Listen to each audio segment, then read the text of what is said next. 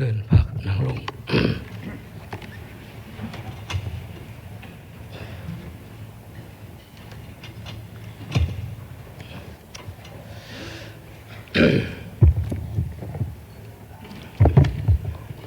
ขอเฮียนท่านทองรุ่นศรีสุริตเลขาธิการใหญ่คณะบริหารศูนย์กลางภาคประชาชนปฏิวัติลาวประธานประเทศแห่งสาธารณรัฐประชาธิปไตยประชาชนลาวที่เคารพนับถืออย่างสูงประธานคณะขั้นสูงอดีตคณะขั้นสูงของพรรคกษัตริย์ที่นับถือท่านนายกรัฐมนตรีประธานสมาชิกรัฐบาลที่นับถือประธานสมาชิกสภาแห่งชาติประธานทูตนุทูตผู้ต่างหน้าองค์การจัดตั้งสากลประจำลาวแขกที่มีเกียรติเทียบถือหักแพงทั้งหลายโดยปฏิบัติตามมาตรา58ของรัฐธรรมนูญและมาตรา57ของกฎหมายว่าโดยสภาแห่งชาติมื้อนี้กองประชุมสมัยสามัญเทื่อที่10ของสภาแห่งชาติสุดที่9ได้ไขขึ้นอย่างเป็นทางการและท่ามกลางบรรยากาศที่ทั่วพรรคทั่วรัฐทั่วกำลังประกอบอาวุธและทั่วปวงชนลาวทั้งชาติพ่วมสุมใส่จะตั้งปฏิบัติมติกองประชุมใหญ่ครั้งที่11ของพรรคแผนพัฒนาเศรษฐกิจสังคมแห่งชาติ5ปีครั้งที่9สมัยท้ายสมัยเข้าสู่วิงานตัวจริงของแต่ละโครงเขตอย่างตั้งหน้าบรรดาองค์คณะพรรคกระทรวงองค์การท้องถิ่นต่างๆได้ดำเนินกองประชุมใหญ่ผู้แทนของตนโดยผลสำเร็จอันจบงานทุกประการและมาถึงปัจจุบันนี้ทั่วประเทศพ่วมมีขบวนการกาเกียมเฉลิมฉลองวันสถาปนาสาธารณรัฐประชาธิปไตยประชาชนลาวครบรอบ50 ปีและวันเกิดของประธานไกรสอนพรหมวิหารครบรอบ105 ปีด้วยกิจกรรมต่างๆอย่างฟดฟื้นและทั่วภาคพ่วมซุ่มใส่กาเกมพร้อมด้านให้แก่การดำเนินกองประชุมใหญ่ผู้แทนทั่วประเทศครั้งที่2ของตน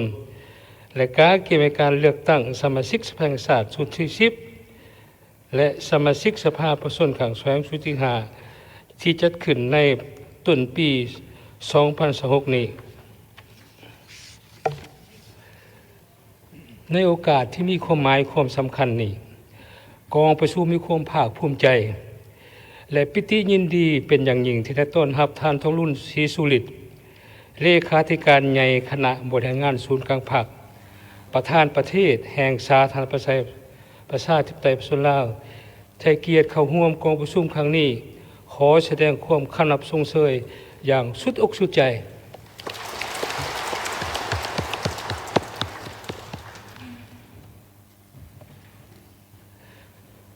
ขอแสดงความคำนับชมเชยและยินดีต้อนรับประธานการนำขั้นสูงและอดีตการนำขั้นสูงของพรรคไกรรัฐประธานสมาชิกรัฐบาลผู้ตั้งหน้าองค์การจัดตั้งพรรครัฐศูนย์กลางและเล่าสร้างชาติสหพันธ์แห่งชาติลาวองค์การจัดตั้งมาชนขันศูนย์กลางบรรดาทูตนุทูตผู้ตั้งหน้าองค์การจัดตั้งสากลประจำลาวและบรรดาผู้คุณวุฒิสถาบันการศึกษาหัวหน่วยธุรกิจให้เกียรติของกองประชุมในครั้งนี้อย่างสุดอกสุดใจ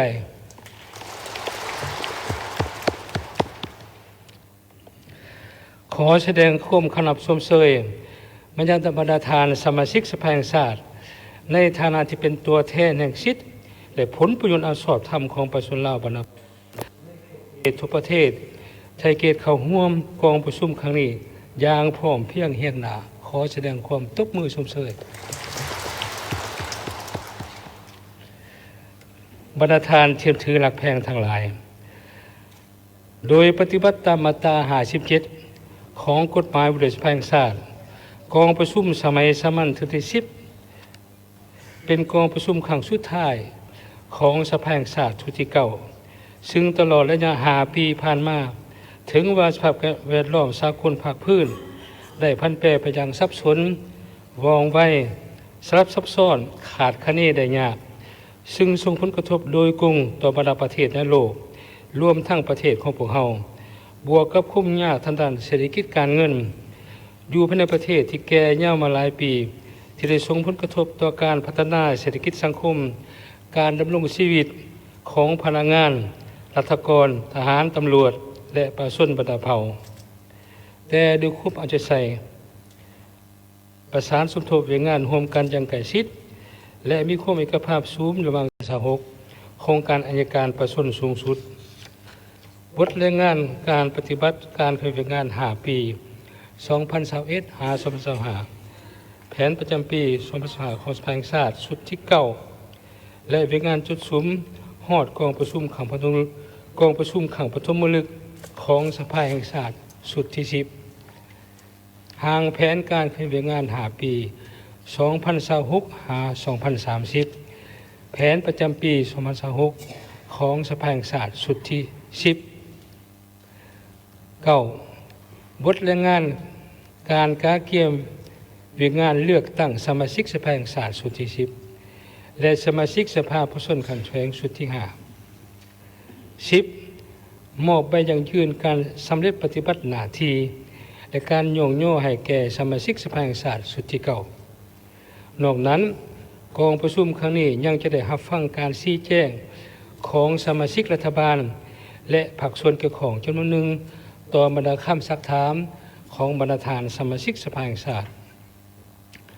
บรรดาทานที่ถือหลักแพงทั้งหลายกองประชุมสมัยสามัญที่10ครั้งนี้จะได้ค้นคว้าพิจารณาห้องเอาปัญหาสำคัญพื้นฐานของประเทศชาติฉะนั้นเพื่อรับประกันเหตุการณ์ตกลงของกองประชุมมีคุณภาพมีมากมีผลและบรรลุผลตามแผนการที่วางไว้ในนามประธานกองประชุมข้าพเจ้าค่อยห้องมายังทุกภาคส่วนเกี่ยวข้องจึงพร้อมกันเป็นจิตหนึ่งใจเดียวสุมทุ่มเทแห่งสติปัญญาเข้าในการดำเนินกองประชุมสภาแห่งชาติให้มีความสำเร็จทุกประการเป็นต้นการสนองข้อมูลการค้นคว้าวิเคราะห์วิจัยปัญหาต่างๆให้ละเอียดจ้าแจ้งเพื่อให้การพิจารณาห้องปัญหาสำคัญของชาติมีความสอดคล้องกับแนวทางนโยบายของพรรครัฐธรรมนูญกฎหมายนำเอาผลประโยชน์ตัวจริงมาสู่ประเทศชาติก็คือประชาชนบรรดาเผ่าข้าพเจ้าคือห้องบรรยาบรรทานสมาชิกสภาแห่งชาติจงนำใส่สิทธิประชาธิปไตยของตนตามรัฐธรรมนูญกฎหมายที่ได้กำหนดไว้เสริมขยายหัวคิดประดิษฐ์เสิร์ชสู้ความรับผิดชอบการเมืองของตนในการสูมสติปัญญาในการค้นคว้าเนื้อในอย่างลึกซึ้งประกอบความเห็นตรงต่างๆอย่างทีทวนสร้างสรรค์หัดกุมภาวะวิสัยมีเหตุมีผลสอดคล้องกับในทางเปลี่ยนแปลงใหม่ของพรรคสภาพความเป็นจริงทางด้านเศรษฐกิจสังคมของประเทศชาติในปัจจุบันพร้อมกันสอบหาวิธีการมาตรการแก้ไขที่แทนเหมาะกับความเป็นจริงและมีข้อเสนอต่อรัฐบาลเพื่อนำไปพิจารณาแก้ไขต่อปัญหาหีบด่วนเข่งห้อนที่ประชาชนก็คือสังคมคล่องค่อยให้พ่อนี้แก้ไขเพื่อให้เป็นรูปธรรมร้ายขึ้นกว่าเก่าพร้อมกันนั้นก็เพื่อสร้างความเป็นเอกภาพสูงต่อบรรดาเนื้อในที่สำคัญมาคนขั้วพิจารณาในกองประชุมครั้งนี้ให้มีประสิทธิผลสามารถทำห้องออกเป็นมติและนำไปจัดตั้งปฏิบัติอย่างเป็นรูปธรรมอย่างแท้จริงในโอกาสอันสง่าราศีนี้ในนามประธานกองประชุมข้าพเจ้าขอประกาศเปิดกองประชุมสมัยสามัญที่10ของสภาแห่งชาติสุดที่ 9อย่างเป็นทางการนับแต่นี้เป็นต้นไปขอขอบใจ